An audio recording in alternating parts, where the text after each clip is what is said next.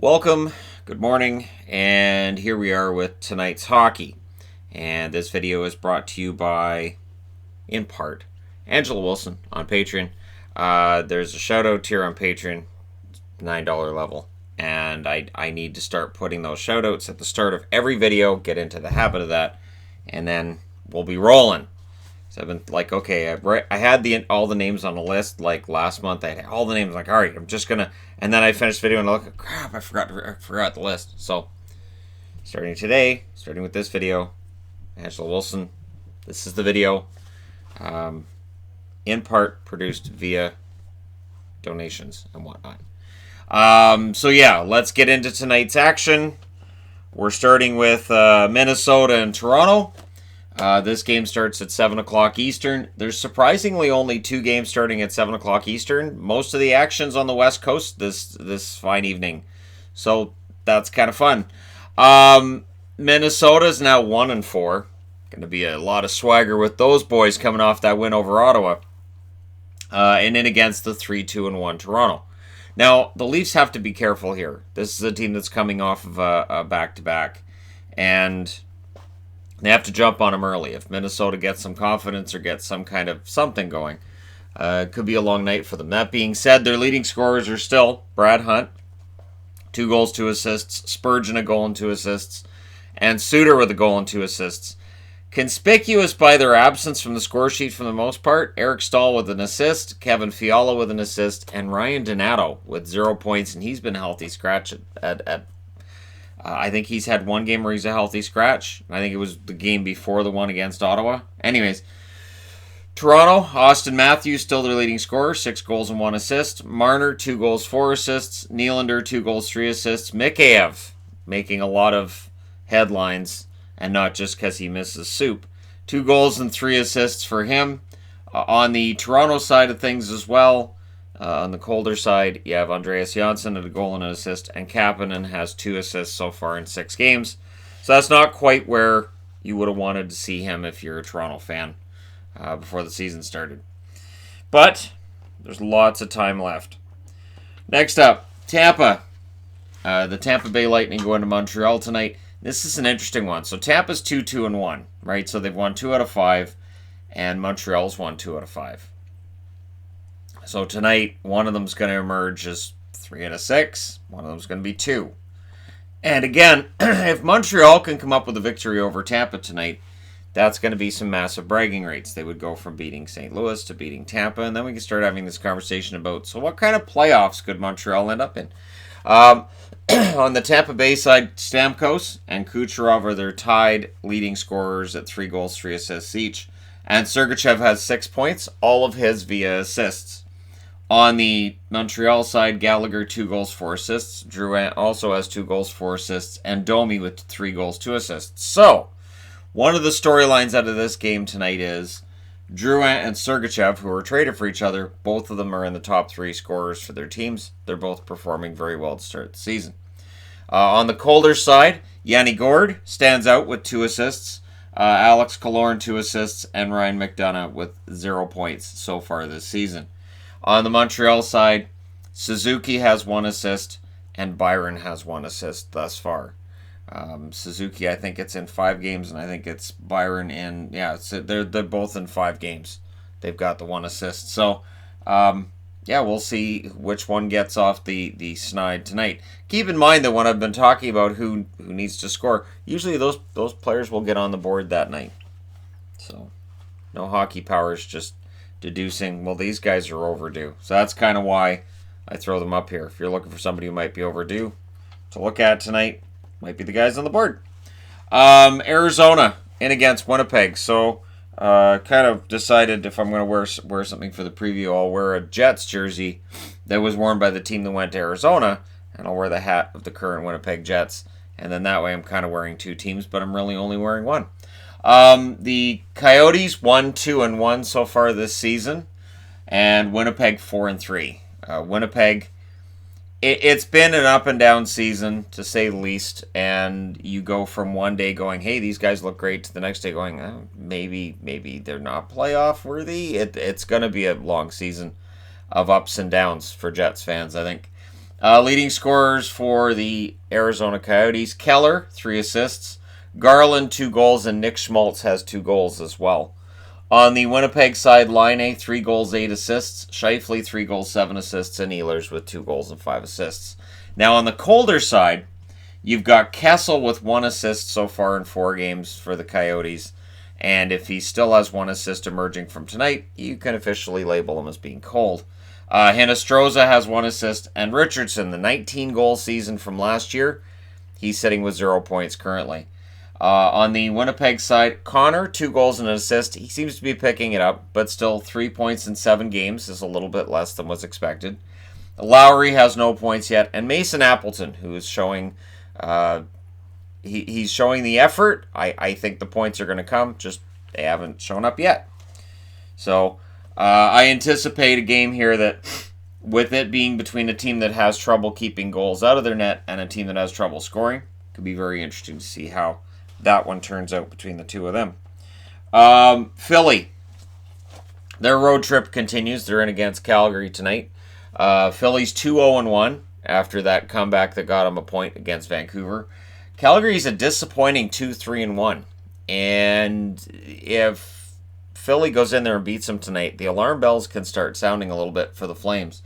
Philly's leading scorer is Konechny, 3 goals, 3 assists. He's been fantastic.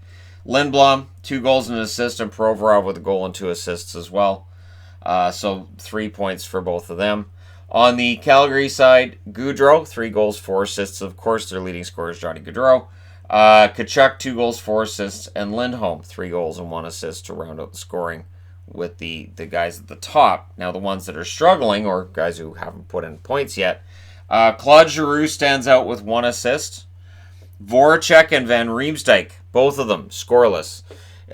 Third period of that game against Vancouver, it appeared that Voracek got benched. Van Riemsdyk took his spot on that top line. Keep an eye on that. See what kind of leash they've got Voracek on tonight, or if he's right back out there. And there's been no ill effects from having been benched, and no signs that he's being pulled off that line full time. On the Calgary side, Jankowski, who I believe was a healthy scratch last game, he hasn't got a point yet. And Lucic and Frolik also don't have points yet. Now, Lucic was not expected to put up a ton of points or anything, but the fact he has none, and the guy he got traded for has 8 goals, at some point, you can't just look at it and go, well, yeah, but he's dropping the gloves and he gives Calgary a different look. Right now, the look is a team that has 2 wins in 6 games. That's not a great look. So, for Calgary tonight, it's really important to come out and have a good showing against the Flyers and come out with the win, because otherwise, being in a Canadian city when your team is struggling, it can be tough. Anyways, now I get to change boards. Okay, so the Detroit Red Wings, who have been off to a very good start against Vancouver, who bounced back from losing their first 2 games to win their 2 most recent games, the most recent one being a shootout victory over the Philadelphia Flyers. So Vancouver, probably feeling pretty good. Not too good, though. Don't let it go to your heads. Detroit, that good start, they got to keep that up, and this road trip is a good way to do that. West Coast swing if you can come out of it with a bunch of victories. Anyways, their leading scorers in Detroit, Mantha with 6 goals and 2 assists. Bertuzzi has 3 goals and 3 assists, and Larkin with a goal and 5 assists. So that line is the number 1. On Vancouver's side, JT Miller still the leading scorer with a goal and 5 assists. Tanner Pearson, 2 goals, 2 assists. He's been quite the talk of the town so far this season. And Sutter, 2 goals and an assist for Sutter. So those are 3 players that I've heard over the summer we shouldn't have got, wasn't worth it, and we need to get rid of. So that's been the talk around them. On the cold side of things, Hirose, 2 assists for Detroit, and more troubling is the -5 rating in a game in 5 games where they've played pretty well, and he has a -5. Green, 0 points, and Adam Ernie also has 0 points so far as a Detroit Red Wing. Vancouver, on the cold side for them, Bo Horvat, 1 assist. Tyler Myers, 1 assist, and Ferland with 1 assist. Now, Myers wasn't expected to put up a ton of points, but if he's on pace for 20, that's a slow start. And, of course, Horvat has the C, and he's more of a leadership type, but you still want to see some points from him.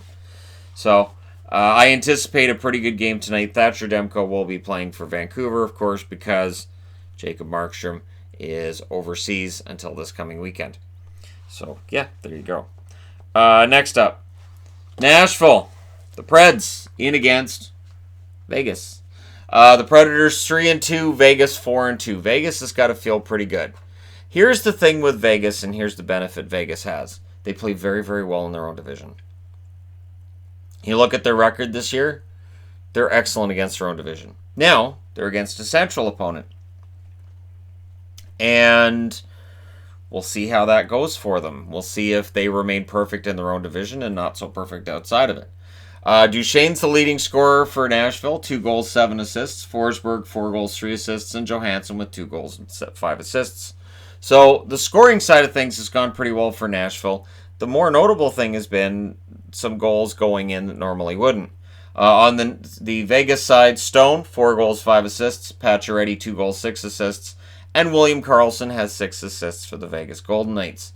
On the cold side of things, Craig Smith, 1 assist for Nashville. And Kyle Turris with a goal and an assist. The only one I could come up with that you could argue is off to a bit of a slow start for Vegas is Marchessault with a goal and 2 assists. I could have put Peary up there with 1 assist, but we didn't expect Brandon Peary to put up the kind of points and goals he did at the start of his season last year. So there really isn't anybody I look at and go, well, clearly that's a slow start. It's been a really good season for Vegas so far in terms of scoring. And that could very well continue tonight against Nashville, a team that, again, like I said, they've allowed some more goals than might be expected of them. So this could end up being the game of the night. So if you're looking for, well, which game, there's 7 games on, which one should I really concern myself with?